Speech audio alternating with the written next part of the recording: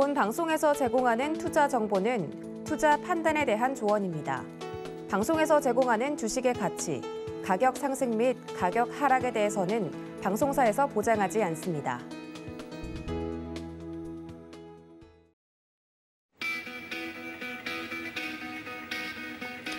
안녕하세요. 고수익 작전타임의 이수연입니다. 어제 우리 시장은 글로벌 변동성 영향으로 하락 출발했지만 장중에 외국인의 매수세가 유입되면서 소폭 상승 마감에 성공했습니다. 이번 주 내내 부진한 모습을 보였던 우리 증시 코스피 시장은 0.28% 상승해서 3,068선에서 거래 마쳤고 코스닥 시장은 0.18% 올라가면서 1,003포인트에서 거래를 마쳤습니다. 또 조금 전에 마감된 뉴욕 3대 지수는 혼조세를 보였는데 뉴욕 증시가 인플레이션과 공급망 문제 영향을 받으면서 소비 종목들이 일제히 하락하는 모습 나타났습니다. 또 여러 가지 경제 지표가 발표됐는데 신규 실업수당 청구 건수 그리고 GDP 등등 예상치를 상회하는 모습이 나타나기도 했습니다. 또 미 상하원의 임시 예산안이 처리가 되면서 일단 이 셧다운 문제는 일단락된 것으로 보이는데 여러 가지 불확실성이 오늘은 조금 거쳤습니다. 오늘은 10월의 첫 번째 장이자 이번 주 마지막 장이고요. 과연 어떤 증시가 펼쳐질지 그 증시에 대응하기 위해서 알찬 전략들 세워드리도록 하겠습니다. 일단 첫 번째 시간은 버니와 함께하는 미국 주식 시간이고요. 소개 영상 보고 가시죠.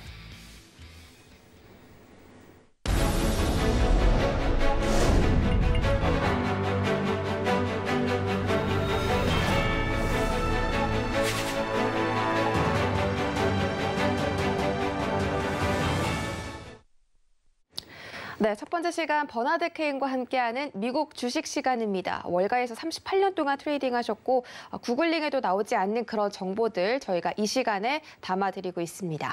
먼저 종목에 대한 이야기 나눠보기 전에 한 가지 이슈부터 질문 드리도록 하겠습니다. 미국의 민주당이 자동차 빅3 기업인 GM과 포드, 크라이슬러의 모회사 스텔란티스에 대해서 전기차에 세금 공제를 확대하겠다라고 의회에다 제안을 해서 화제를 모았는데 이런 이슈가 혹시 전기차 시장에는 어떤 영향 미칠까요? Since the last election at the fall of 2020, when the presidency shifted over to a Democratic president, President Biden, and the House of Representatives is a Republican House, the Democratic House, and the Senate is a Democratic House. The Democrats are more tax and spend kind of a party. So a lot of times what they try and do is they try and get programs in and spending programs so that people will vote for them. Well, this is definitely an appeal to the union workers in the UAW. So if we think about it, $4,500 is great, okay? But electric cars right now are only 2.5% of the total car sales we have. Ford is now, as of next year, is going to, and we talked about this a while ago, is going to, as of next year, is going to stop making sedans. So it's only going to make SUVs and pickup trucks. Now, part of the problem with an electric vehicle is they're really built for an urban environment, because you have to charge your automobile. We have friends that had to drive from Chicago out to Iowa, which is another state further west of us, and it's farmland, it's country, it's not an urban city, it's a more rural area. And a drive that would take us 3 hours took him 7. And the reason is he had to go drive off the road, find a charging station, get his car charged, and get back on the road and go complete his task. So I don't know really where this is going to go, as opposed to an appeal for voters, as opposed to, I don't think it's going to be an impetus to get electric vehicles done. Now, the other thing is that GM spent $1 billion to build a plant in Mexico. So all the workers that are building these electric vehicles are all in Mexico. Ford's building a plant for the Mustang. That's the only sedan that's going to be left for Ford to sell. So all the electric vehicles are not going to be made in the United States, and they're providing all this tax credit. Well, really, what's the point? 네, 전기차 세금 공제 확대에 대한 이슈 짚어봤습니다. 오늘은 이번 주 초반에 짚어봤던 스노우플레이크라는 기업에 대해서 다시 한번 들어보도록 할 텐데 티커명은 스노우라는 이쁜 이름을 갖고 있는 기업이죠. 데이터가 눈꽃송이처럼 내려온다는 의미를 갖고 있는 기업입니다. 클라우드 데이터 플랫폼 기업이고 스노우플레이크가 어떤 일을 하는지 다시 한번 짚어주시죠. Well, Snowflake, we talked about, is a cloud-based data warehousing platform that allows for data storage, then it performs processes on the data. And Snowflake also provides analytic solutions to be able to analyze the data to generate good decisions based on that. Companies use Snowflake for data integration, for advanced analytics. They use it because it's got great security, and they use it because it's got great governance. So Snowflake provides things Snowflake provides the ability for customers to access the data and provide tools to use that data, third-party tools to use that data in a much cheaper, more effective basis. So if we think about like IT and all that, and how when Uber did their first application, you know, that little Uber app, I think you guys have Uber over in Korea. It's the taxi service, and that app costs $500,000 to build. An app today only costs $25,000 to $50,000 to build. So that's what Snowflake's doing. It's providing access to data and analytics to data on a much cheaper basis than had been done before. 네, 전보다 더 적은 돈으로 더 많은 양의 데이터를 활용하게 해주는 그런 플랫폼 기업이고요. 그렇다면 지금 이 스노우플레이크에 대해서 지금 차기 먹거리, 미래 시장인 것 같은데 스노우플레이크에 대한 경쟁 업체는 어떤 것들이 있을까요? So the way I think about it is the stock price of Snowflake is a proxy for what's going on in the high growth cloud computing industry. Amazon, Microsoft, Google. We've talked about Arista, we've talked about other stocks before. So if the cloud computing industry, which is growing so fast, is a good measure of something you want to be in, Snowflake stock should be able to reflect that. And although we talked about this also last time, although Amazon and Microsoft could have their own analytics and do have their own analytics to some extent, let's call this a competition model where Amazon and Microsoft are okay with Snowflake providing some of this third-party analytics because they know that Snowflake does it better than they would do. Snowflake does it, it compiles the data better, it analyzes the data better, and it shares the data more efficiently. 40% of the Fortune 500 are moving away from on-premises data because the data is getting so big. And that's at the expense of companies like Oracle and IBM, and they're moving it into the cloud. Say, for example, Pfizer right now is, they use Snowflake to be able to analyze the data that they get for COVID and to be able to analyze how effective the medication is, the antibodies are to be able to prevent the spread of COVID.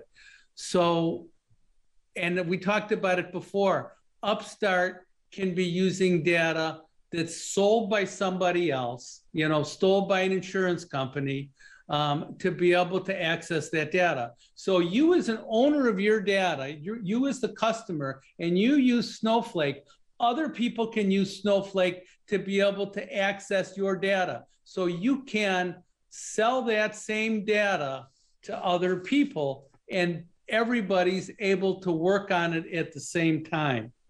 One thing that's really interesting, say for example, we think about Netflix, okay? Netflix uses Snowflake, Netflix is in the cloud, Amazon's in the cloud with them, and Amazon makes money when Netflix has customers that come in because Netflix is storing all the streaming data in the cloud. So there's so many different ways that Snowflake is involved with all these customers. The customers of Amazon, Microsoft, they're huge customers, but Snowflake has 1 million customers. 네, 스노우플레이크의 경쟁 업체 바로 아마존과 마이크로소프트였습니다. 모르는 기업이 모르시는 분들이 없을 텐데 이 지금 스노우플레이크가 오라클이라든지 IBM 같은 기업의 데이터 플랫폼을 좀 제공을 하고 있고 앞으로 더 활발하게 성장할 수 있는 그런 기업이기 때문에 주가 전망도 기대가 됩니다. 지금 이 스노우플레이크 종목이 작년 9월에 데뷔했기 때문에 지금 상장한 지 1년 정도가 조금 넘어가는 시점이거든요. 그동안의 주가 흐름도 짚어주시죠. So Snowflake went public in September of 2020. The company was founded in 2012. It became like it started to take customers and became a more like publicly noted company, not went public, but became a company that the public started to know about in 2014. So the company's had a little bit of a history, 6 years of a history before it went public. People know that the stock is so interesting. The stock came out at $120 a share, and in the first day, it rallied up to $319 and came back down and closed at $258. So there was a bit of a valuation, let's call it overestimation coming out of the chutes. Snowflake, they have a lot of customers, but they don't have that many yet. They have now 116 customers that spend $1 million a year.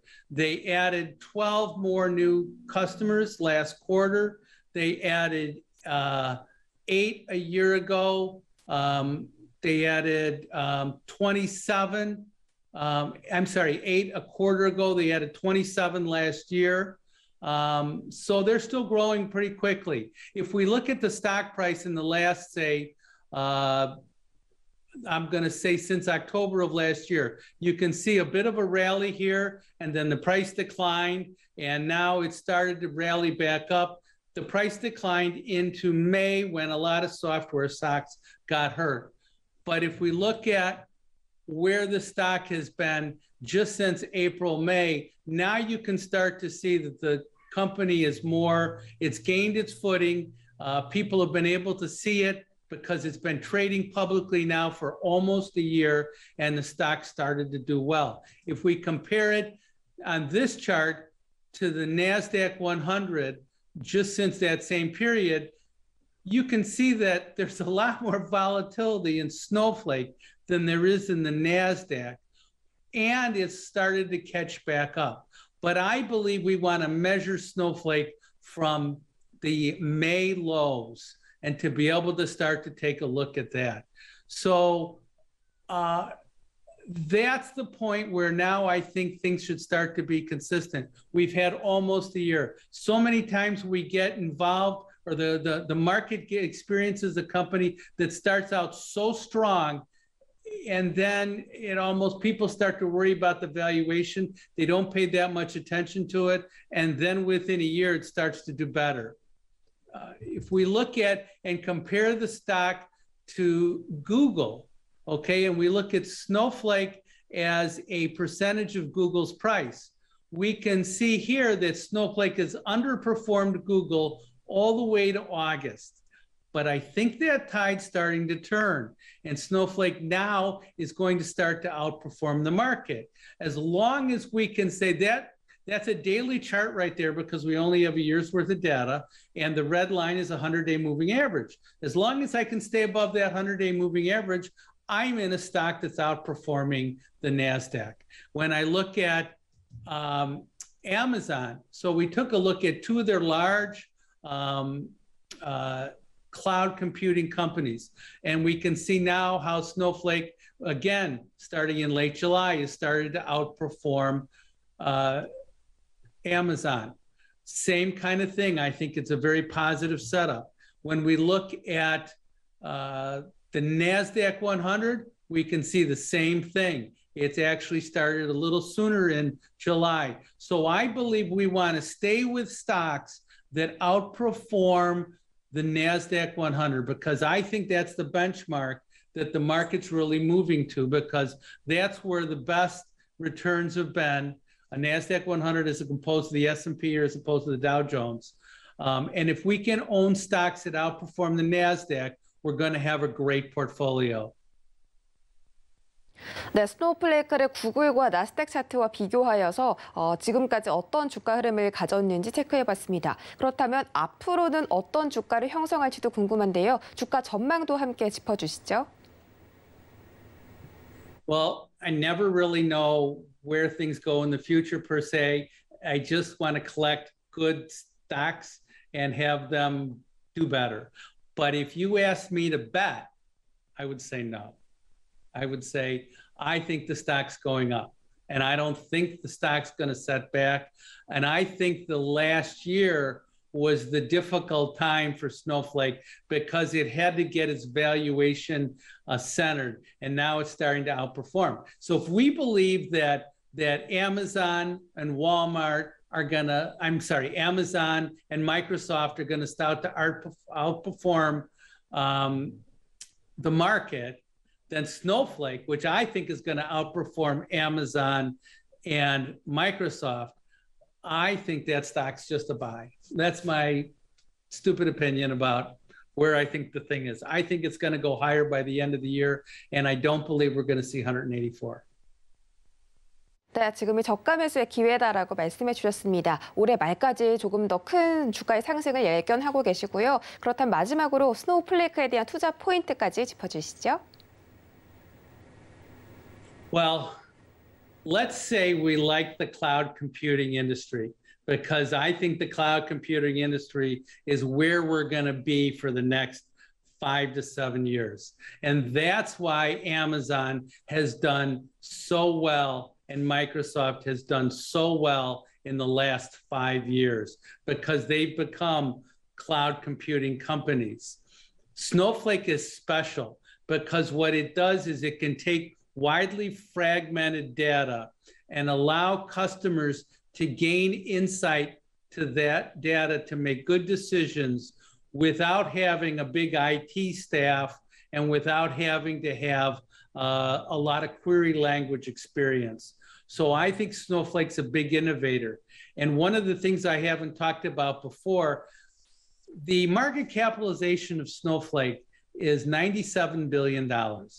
To me, it's always so critical when the founding people of the company, the significant players in that company, own a substantial amount of that stock. And the president owns 5% of that stock. 5% of $97 billion is a lot of money. So he's got a serious vested interest to be able to make sure that that stock is going to do better. And at $5 billion, he has to be a believer. 네, 오늘 다시 한번 살펴본 종목은 스노우플레이크, 티커 코드는 스노우를 가지고 있는 데이터 기반 플랫폼 기업입니다. 이 이야기들 다시 한번 시청하고 싶으시다면 유튜브 서울경제TV에 다시 업로드가 되고 있으니까 놀러와 주시고요. 또 샵 0082번으로 버니의 미국 주식이라고 전송해 주신다면 버니와 함께 직접 소통하실 수 있는 기회도 제공해드리고 있습니다. 많은 참여 기다리고 있겠습니다.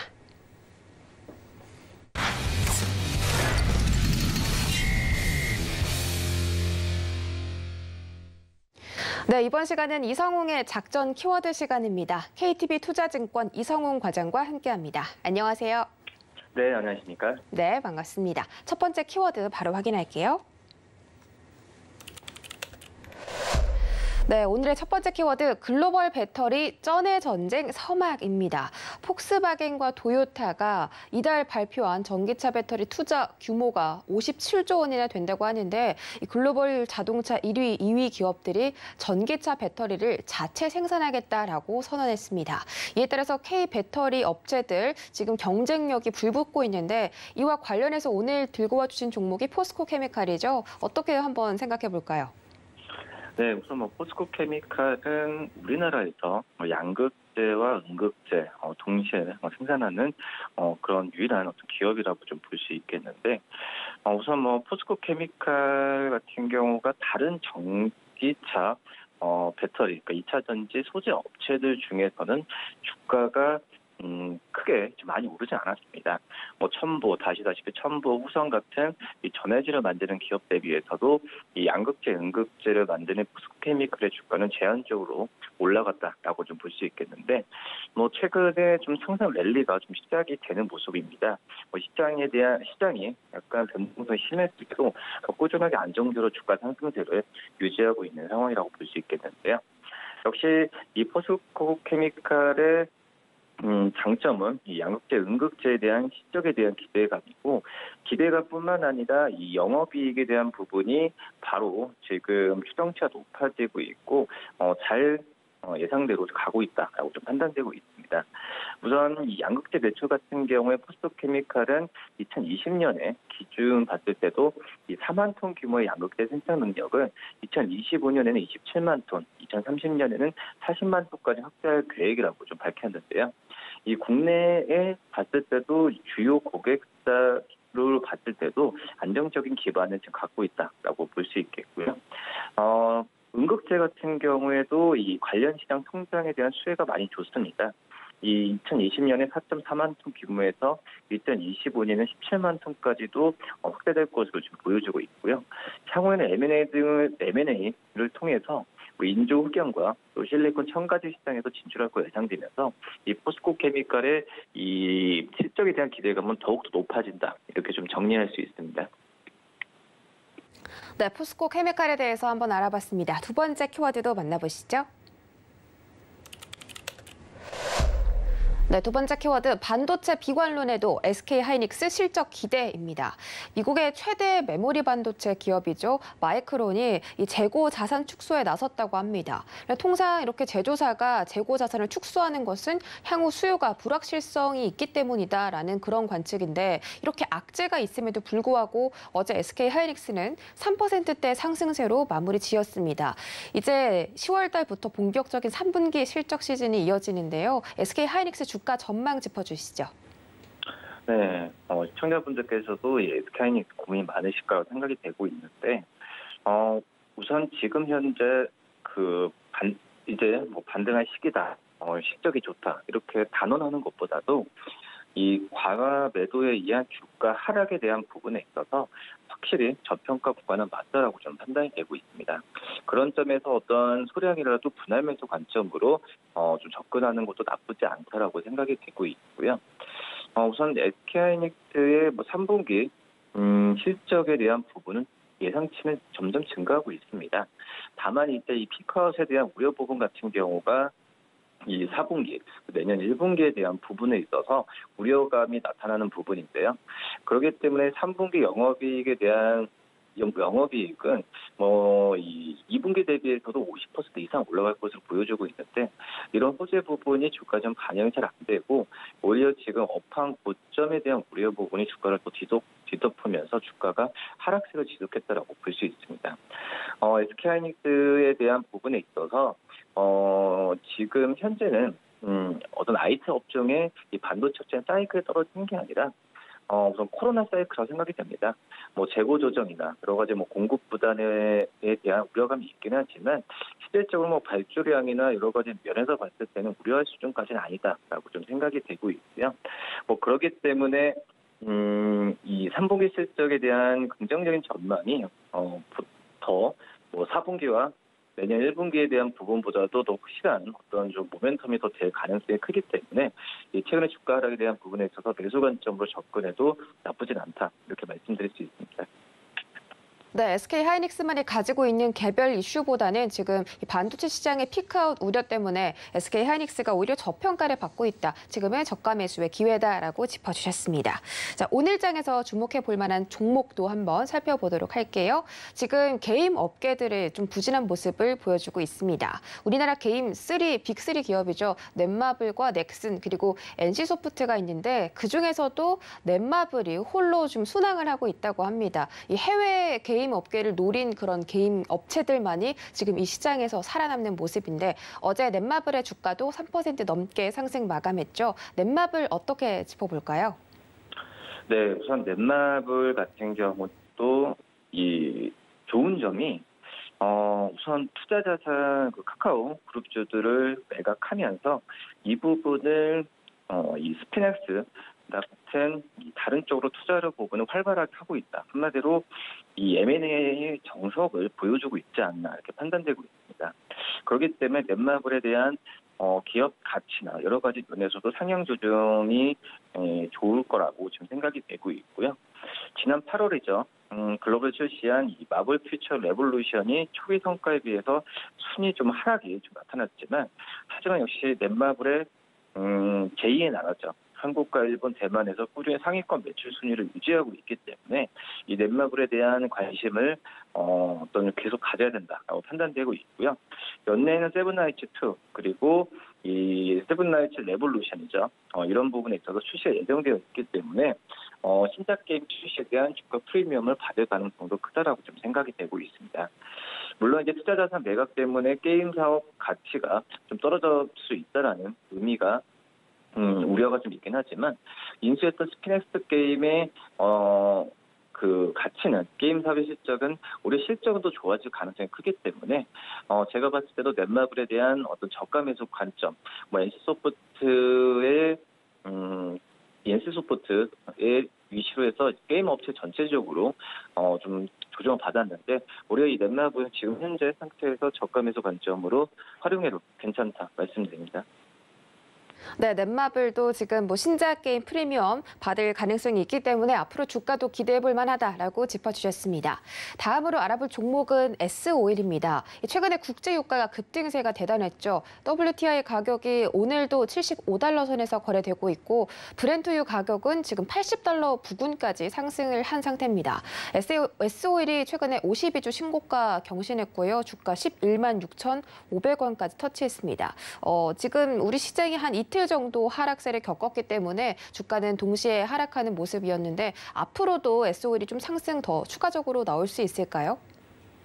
네, 저는 유가는 제가 봤을 때도 연말까지는 상승 여력, 그러니까 WTI가 65달러 선 이하로 내려갈 가능성은 거의 없다라고 좀 생각이 되고 있고요. 역시 S-오일 같은 정유주들은 유가 상승을 그대로 실적으로 반영이 되죠. 이 정제 마진, 특히 이제 복합 정제 마진으로서 유가 상승했을 때 이 정유 업체들의 제조하는 이 석유화학 업체들의 가격이 올라가기 때문에 스프레드가 벌어진다는 부분입니다. 그렇기 때문에 이 정유 업체들이 유가 상승의 제일 큰 수혜주라고 생각이 되고 있고요. 특히 이제 S-오일 같은 경우에는 3분기 영업이익은 4,900억 이상, 흑자 전환은 당연하다라고 좀 생각이 되고 있고, 흑자 전환은 작년 대비했어. 그리고 이 어떤 복합 정제 마진에 대한 부분에 있어서 어떤 지금 이제 재고 효과나 여러 가지 면에서 우려감이 올해 상반기 때 있었지만 이 말씀드렸던 석유 제품에 대한 수요 부분은 계속 늘어나는 상황으로 가고 있기 때문에 유가 상승과 함께 이 스프레드는 계속 유지될 가능성은 좀 크다라고 좀 생각이 되고 있습니다. 특히 이제 이 올해 8월이죠. 지지난달에 미국 석유 수요가 전년말 기준에서 8% 늘어난 모습 보여주었는데 이제 미국뿐만 아니라 이 백신 투여로 인한 아시아 쪽에서의 석유 제품의 수요가 지금 최대치를 좀 가고 있는 상황입니다. 이동 제한 조치 해제나 경제 활동 정상화 효과로 봤을 때 석유 제품 수요 확대가 크게 늘어날 것으로 보여지고 있고요. 그렇기 때문에 S오일의 3분기 영업이익 4,900억 이상, 물론 2분기 대비해서 떨어질 수도 있겠지만 지금 현재 우려감에 비해서는 굉장히 선방하는 모습을 보여주고 있다라고 좀 생각이 됩니다. 유가 상승, 또 역시 OSP에 대한 하락이 봤을 때도 이 S오일의 실적에 대한 기대감은 계속 가져가도 무난하다라고 생각이 됩니다. 네, 그렇다면 오늘자 시장 대응도 살펴보도록 하겠습니다. 오늘은 10월의 첫 번째 장이고 이번 주 마지막 장인데요. 9월엔 좀 낙폭이 컸지만 10월에는 반등 기대감이 큽니다. 어떻게 보십니까?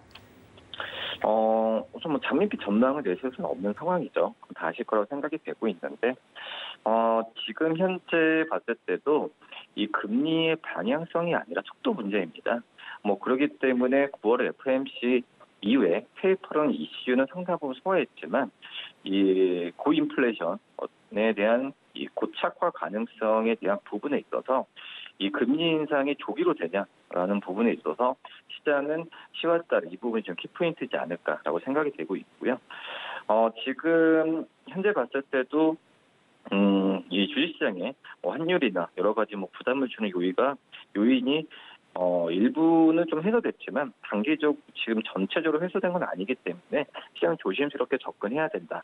그렇기 때문에 모멘텀이 있는 그런 종목으로 접근하는 전략밖에는 없다라고 좀 판단되고 있고요. 다만 이제 이 삼성전자나 우리나라 대표 수출주들의 실적 추정치가 높아지고 있다는 점에서 봤을 때는 이 하단을 막아줄 수 있을 만한 요소는 굉장히 많으니까 너무 이 주식 비중을 줄인다는 관점보다도 어떤 모멘텀 있는 종목에 과감하게 투자하는 전략이 좋지 않나라고 좀 생각이 됩니다. 특히 이제 경기 재개 기대감이 크기 때문에 그런 업종, 특히 의류, 그리고 이 어떤 유통 쪽 기업들도 관심 있게 보는 게 낫지 않을까라고 판단되고요. 특히 최근에 어떤 천연가스나 여러 가지 가격이 올라가면서 이 원자재 관련주들에 대한 관심이 높은데 이런 기업들을 좀 접근하는 전략도 나쁘지 않다라고 판단이 됩니다. 네, 오늘자 시장 대응 작전까지 살펴봤습니다. 지금까지 KTB 투자증권 이성훈 과장과 함께했습니다. 고맙습니다. 네, 감사합니다.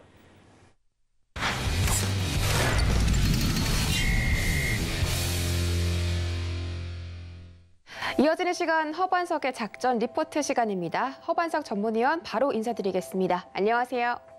네, 안녕하세요. 네, 반갑습니다. 이번 주 업종 바로 확인해 볼게요. 네, 오늘은 이번 주 다뤘던 종목에 대한 리포트 리뷰해보는 시간입니다. 리오프닝 관련 종목들 짚어봤고요. GS 리테일, 호텔신라, 클리오 이 세 가지 종목 살펴봤습니다. 앞으로 위드 코로나 시대가 다가오면서 리오프닝 관련주에 대한 기대감이 더욱더 커지고 있는 상황이죠. 이 세 가지 종목에 대한 시그널들 다시 한번 챙겨주시죠. 네, 이번 주는 리오프닝, 단계적 일상 회복에 초점을 맞춰서 시장을 바라보았을 때 우리 투자자들은 어떤 준비를 하면 좋을까에 초점을 좀 맞춰보면서 말씀을 드렸습니다. 업종 전략으로서 5월 26일자 하나금융투자 리포트를 본다면 리오프닝 관련된 키워드 중심으로 생각을 해보면 백신 접종률 증가, 해외여행의 재개, 그리고 항공사의 항공운임, 여객보다도 항공운임에 대한 부분으로 최대 영업이익, 항공사 올 여름 괌 사이판 운항 본격 재개가 예정되어 있지만 코로나19 확산에 대한 부분들 좀 더 체크를 해보아야 될 것 같고요. 추석 연휴를 기점으로 1,200명 규모의 사이판 여행 패키지가 완판되었다라는 이야기까지 오면서 이처럼 리오프닝 하면 해외여행까지도 기대감이 불러오고 있습니다. 이 즈음에 투자자들은 어떤 시각으로 시장을 바라보아야 하는가에 대한 부분인데요. 리포트에서는 2021년을 콕 집어서 주목해 보아야 된다라는 이야기가 나오고 있습니다. 그 이유는 소비 여력은 증가하고 있으나 해외여행은 아직까지 회복되지 않았다. 그러면 소비에 대한 부분들이 국내 소비로 바운더리가 조금 축소될 수 있다. 그러니 그 소비 여력이 해외로 뻗어나가기 전에 먼저 국내 안에서 이 소비 여력의 수혜를 받는 업종들을 살펴보자라는 쪽으로 투자자분들이 시선을 조금 돌려보시면 어떨까라는 말씀을 좀 드리도록 하겠습니다. 상반기에 백화점은 고가 내구재 소비나 펜트업 수요, 보복 소비 관련해서 이미 백화점 한 차례 상승이 나왔습니다. 그러면 아직까지 슈팅이 나오지 않은, 수혜를 받지 않은 이제 리오프닝 관련된 국내 소비의 효과가 어디부터 나올까를 생각해 본다면 편의점도 그렇고요, 화장품도 그렇고요, 그 다음 차례로 면세점까지 올 수 있다라는 말씀 드려보도록 하겠습니다.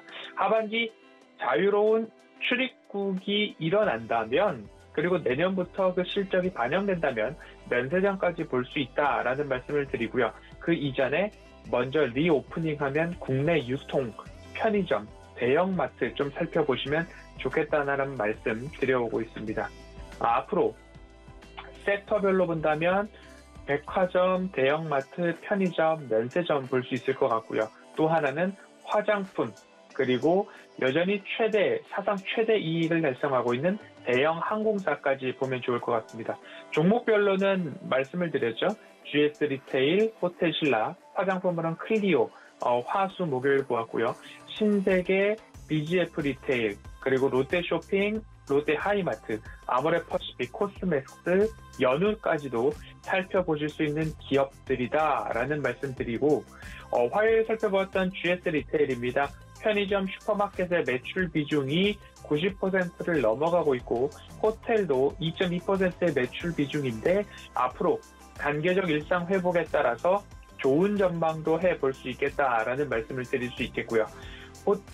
GS 리테일의 키워드는 시간이 필요하다, 그리고 지금은 여무는 기간이다, 그리고 큰 그림의 시작이다라는 이야기가 나오고 있습니다. 그리고 허반석의 모멘텀 체크리스트를 따라서 차트를 본다 하더라도 아주 큰 바닥이 도래를 했고요. 일부 차트상 추세선을 그어본다라고 한다면 이러한 대바닥 번역이 만들어져 있다라는 말씀드리고 싶습니다. 그리고 평행한 선을 하나 더 그어서 그 상승을 조금 추정해 본다라고 한다면 이러한 모습으로 추세선이 그려져 있기 때문에 일부 되돌림 자리까지 버텨본다라고 한다면 4만 원 언저리까지 단기 상승도 가능한 구간으로 보여집니다. 그렇기 때문에 지금 현 구간에서는 손절에 대한 심리보다 오히려 추가 상승을 대비하는 쪽으로 보시는 게 맞다. 시간이 필요하다. 지금은 여무는 기간이다. 그리고 큰 그림의 시작. 대체로 시간이 필요하다라는 곳에 포인트가 맞춰져 있기 때문에 앞으로 GS 홈쇼핑과의 합병이 완료됐습니다. 편입 효과에 대한 부분들 기대를 해주시고요. 라스트 마일에 대한 이야기를 좀 드렸습니다. 라스트 마일이란 유통업에서 고객과의 마지막 접점인데 그 접점이 줄어들고 있다. 요기요 인수를 통해서 퀵커머스 사업이 앞으로 그룹 GS 리테일의 시너지를 불러올 수 있을 것인가. 전체 유통시장이 퀵커머스, 온라인 전환이 강화되고 있기 때문에 이 부분도 포인트로 기억을 해보시면 좋을 것 같습니다. 호텔신라는 면세점이었죠. 9월 27일자 메리츠증권과 8월 2일 카카오페이증권, 키움증권 리포트를 통해서 말씀을 드렸습니다. 매출 비중은 트래블 리테일, 면세점이 88%, 호텔과 레저가 13%입니다. 2년 전 매출 비중이 면세점 사업부가 91%까지 차지를 했었는데요. 백화점, 편의점, 면세점 이렇게 소비가 옮겨갈 수 있다라는 부분 좀 참고를 하시고요. 중국 하이오우 호텔, 하이오우와 면세점 MOU를 체결을 했습니다. 중국은 자국 브랜드를 지키려는 그런 정책을 펴고 있기 때문에 앞으로 자유로운 출입국이 허용된다 하더라도 국내 면세 사업자들의 경쟁이 조금 더 심화될 수 있기 때문에 중국의 자국 면세 정책 강화에 따라서도 호텔신라는 대응 방법을 먼저 선제적으로 MOU 체결을 통해서 대응을 했다라고 보실 수 있을 것 같고요. 다른 면세 사업자들보다도 조금 더 빠르게 많이 싸게 물건을 구해 올 수 있기 때문에 이 바잉 파워에 따른 영업이익률 신라, 호텔신라 면세점이 가장 높았다라는 부분 좀 보실 수 있을 것 같습니다. 앞으로 실적 또한 좋아진다라는 부분이기 때문에 마찬가지로 차트상 저위험 구간에서 기억을 해보시면 좋을 것 같고요. 클리오도 말씀을 드렸는데 핵심 포인트만 정리해서 말씀을 드린다면 일본 돈키호테, 미국 아마존, 중국 타오바오에 이 입점이 되어 있다. 그렇기 때문에 국내에서의 색조 화장품뿐만 아니라 이미 먼저 노마스크를 시행한 해외에서부터 가시적 성과가 나오고 있고 2분기 상반기 기준으로는 해외 성과 역대 최고치를 달성했다라는 이야기가 나오고 있습니다. 리오프닝에 관련된 부분 짧게 리뷰를 해봤습니다. 유통 섹터, 그리고 대형마트, 그리고 화장품, 그리고 나서는 이제 항공사의 저가 매수를 노려보는 그런 것들이 좀 가능할 것 같습니다. GS 리테일, 호텔신라, 그리고 클리오를 허반석의 작전 리포트에서 좀 다뤄보았기 때문에 차트상 저위험 구간에 접근을 하려고 관심을 가져보시면 시간이 해결해 줄 것으로 보여지는 리오프닝 섹터, 여기까지 살펴보도록 하겠습니다. 네, GS 리테일과 호텔신라 그리고 클리오 세 가지 종목에 대한 다시 한번 분석에 대해서 짚어봐 주셨습니다. 허반석 전문위원과 함께 이 내용들 다시 한번 살펴보고 싶으시다면 샵 0082번으로 허반석이라고 세 글자 전송해 주시면 되겠고요. 다음 주 리포트 분석까지 기대해 주시기 바라겠습니다. 오늘 분석 고맙습니다. 감사합니다. 네, 저희는 바로 이주현의 주요 서포트로 넘어가 보도록 하겠습니다. 이주현 전문위원 만나볼게요. 안녕하세요. 네, 반갑습니다. 자, 오늘부터 주요 서포트 그리고 종목들 체크하지 않고요. 바로 질문 드려보겠습니다. 연초부터 해상 운임이 고공행진을 했습니다. 이 해상 운임이 증가함에 따라서 이 각종 업계들의 기업들의 이 주가 상승세가 좀 돋보였잖아요. 특히 HMM이 사실 가장 대장주라고 할 수가 있겠는데 최근에 연고점으로부터 20% 정도 내려오는 모습 보여줬습니다. HMM, 흠슬라에 대한 주가 전망 어떻게 생각하십니까? 네, 일단 HM에 상당히 지금 아쉬운 주가 흐름을 보여주고 있는데, 다들 아시는 것처럼 뭐 워낙 언론에 이제 이야기들이 많이 나오고 있기 때문에 이 해운주들의 그 운임료라는 그런 부분들 결국 실적으로 이제 직결될 수 있는 그런 부분인데. 지금 2009년 이후에 사상 최고치를 이제 경신을 하고 움직임이 계속 나오고 있는 그런 상황입니다. 그렇다는 말은 계속해서 이런 해운주들의 실적이 좋아질 수 있다라고 봐야 되는 부분이고요. 지금 해운주들 하면 뭐 국내에서 최근에 이제 거래 정지 풀리고 좀 핫하게 올라왔던 흥하해운도 있지만 기본적으로 HMM하고 대한해운 그리고 펜오션, 흥하해운 그리고 탱커선들 위주로 좀 운영이 되고 있는 KSS까지 해서 이렇게 이제 몇 개가 있는데 그 중에서도 이제 컨테이너 선단이 좀 주력으로 이렇게 이루어져 있는 흠슬라가 HMM이죠. HMM이 주가 상승 흐름 굉장히 가팔랐었어요. 5,000원대부터 5만원까지 한 10배 정도의 상승이 나와줬고, 그리고 나서 기간 조정으로 이제 들어가는 것 같다라고 이야기를 드렸었는데요. 월봉상의 저항 자리가 보이는 구간이 5만원이었기 때문에 제가 그때 도노 리포트 할 때도 5만원의 목표가를 이제 제시해 드렸던 부분인데, 보시는 것처럼 이제 월봉의 저항, 그리고 이 월봉상의 120선의 저항을 받으면서 지금 주가가 계속해서 조정을 받아왔습니다. 실질적으로 워낙 그 실적 대비해서 많이 저평가되어 있는 부분이 있기 때문에 그런 기업적인 앞으로 이제 나올 실적들 그런 걸 생각했을 때는 많이 저평가되어 있다라고 생각은 들어요. 근데 문제는 뭐냐면 일단 기업적인 내용을 떠나서 이렇게 이제 그 고점을 내리면서 트렌드를 계속해서 이제 이렇게 내려오고 있는 그런 형태의 모습을 보여준다라는 겁니다. 보시는 것처럼 지금 고점에 제가 동그라미를 이렇게 쳤는데 이런 그 고점을 돌파해내지 못하고 한마디로 이제 저항이 되는 거죠. 고점을 돌파해내지 못하고 이렇게 이제 조정이 계속 나오고 있다라는 부분은 아무리 싸더라도 매도세에 가담한 사람들이 많기 때문이다라고 봐야 될 것 같고요. 기술적으로 이제 이 고점의 저항 라인을 이런 식으로 평행 이동을 시켰을 때 주가가 이러한 트렌드 안에서의 상승과 하락을 반복하고 있다는 것을 보실 수 있습니다. 그래서 이렇게 지금 지지라인을 깨고 내렸다가 다시 한번 트렌드 상단까지 올라오고요. 요번에도 보시는 것처럼 지지라인이 하나가 이제 이렇게 만들어져 있었는데 이 구간을 어저께 깨버렸어요. 이렇게 이제 뭐 추세적인 이탈, 지지라인을 이탈하게 되면 추세대 하단 부분까지 이제 조정이 나올 수 있다라고 생각을 해둬야 될 것 같고요. 그렇다면 이 추세대 하단 자리 32,500원 선 부근에서의 되돌리는 반등 흐름이 나와준다고 하면 다시 한번 이 추세대 상단까지 올라오는 그런 그림이 되지 않을까라고 생각을 합니다. 물론 이건 어디까지나 이제 사적인 분석이니까 이게 뭐 100%로 이루어진다라고 볼 수는 없는 부분이고요.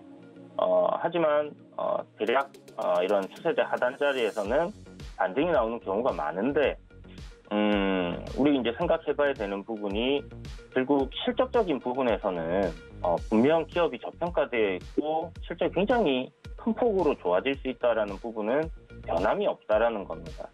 그렇다면 이러한 반등 흐름을 기다렸다가 뭐 매도를 하는 방향으로 좀 진행을 하는 것도 좋을 것 같고요. 기술적으로 이렇게 상승했던 흐름들을 쭉 보게 되면 거래량이 가장 많이 이제 터졌던 이런 구간이 있어요. 이 구간에서의 어떤 반등 흐름이 좀 나올 가능성이 좀 상당히 높다라고 저는 생각을 하는데 뭐 공교롭게도 이 구간이 딱 추세대 하단 자리입니다. 그래서 제 생각에는 뭐 한 32,000원을 이탈하는 흐름이 좀 나와준다. 그렇다면 매수 관점으로 좀 생각을 해볼 수 있을 것 같고요. 물론 떨어지는 칼날이라 생각을 해야 되는 부분이기 때문에 쉽게 접근하기는 좀 어렵다라고 생각을 합니다. 그렇지만 이런 구간에서 이제 공략을 해보고 그 구간에서 이제 반등하는 흐름이 나오지 않는다면 뭐 손절하는 방법도 하나의 뭐 매매 방법이 되겠죠.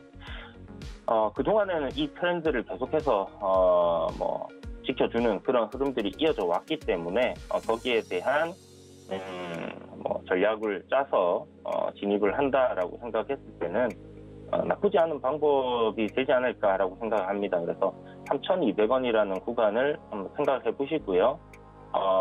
비중이 지금 뭐 그렇게 높지 않다라고 하시는 분들께서는 이런 구간에서 그러니까 3,200원대, 32,000원이랑 31,500원 사이에서의 어떤 지지를 해줄 수 있는 이중바닥을 만든다든지 1, 2바닥을 만들어준다든지 그러니까 짝꿍댕이로 이렇게 저점을 높여주는 그런 흐름들이 만들어진다면 좀 공략을 해볼 수 있지 않겠나 이렇게 생각합니다. 급락을 이렇게 했다가 이게 급반등을 해서 뚝뚝뚝뚝 올라가는 흐름이 나오면 가장 좋겠지만 그런 흐름보다는 내려왔다가 살짝 반등이 나오면서 저점을 좀 만들어주고 올라가는 그런 형태의 모습이 만들어질 가능성이 높다라고 생각이 들고요. 추세대 상단까지 올라가기 위해서는 지금 보시는 것처럼 지지를 좀 받아줬던 이런 구간들이 있어요. 이 가격대가 지금 36,500원 정도가 되는데 이 구간 위로 주가가 올라왔을 때 이 추세대 상단까지 바라볼 수 있다라고 생각하시면 될 것 같고 지금 뭐 반등하는 슬롭의 각을 봤을 때는 뭐 대단하게 많이 올라와 봐야 한 4만 원 선이 되지 않겠나라고 생각을 하고 있습니다. 어찌됐든 지금 보게 되면 뭐 상승 많이 했고 조정을 충분히 좀 받고 다시 되돌릴 수 있는 그런 가격 조정을 줬다라고 생각할 수 있는 구간이 3만 원대이기 때문에 이 구간에서의 저점을 잡고 추세대 상단까지 올라온 이후 상단 저항 자리를 이번에 돌파를 해준다면 상승할 수 있을 거다라고 생각할 수 있을 것 같은데 문제는 이제 시장이에요. 시장이 그런 좋은 상승 흐름을 다시 한번 보여줄 수 있는 그런 모습들이 나와줘야지 HMM도 다시 한번 주가가 상승하리라 생각을 하고 있습니다. 그래서 어제 미증시 좀 안 좋았기 때문에 오늘도 추가적인 하락, 그리고 어저께 지지 라인을 깨면서 분봉으로 크게 밀렸기 때문에 추가적인 하락이 나오는 건 자연스러운 현상입니다. 그래서 내려오는 걸 좀 공략을 해보자라고 말씀드리겠고요. 32,000원부터 한 31,500원대 이렇게 공략 해보고 반등하는 흐름이 나와준다면 저점을 잡아주다가 다시 하방을 깨고 내려갈 때는 대응을 하고 그러지 않다. 그렇다면 추세대 상단까지 한번 지켜보자.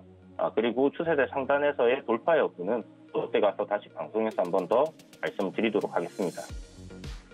네, 일단은 지금 하락 트렌드가 그려지고 있기 때문에 32,000원의 지지 여부 먼저 확인하시는 게 좋겠고요.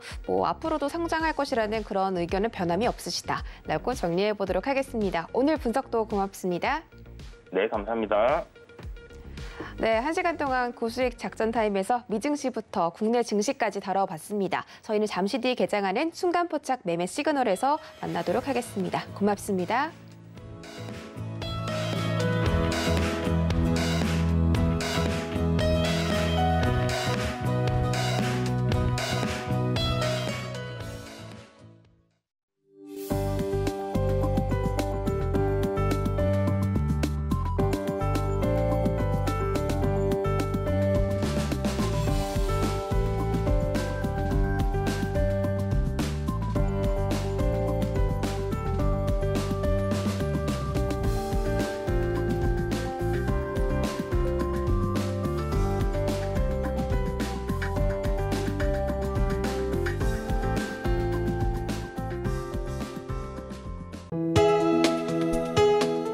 본 방송에서 제공하는 투자 정보는 투자 판단에 대한 조언입니다.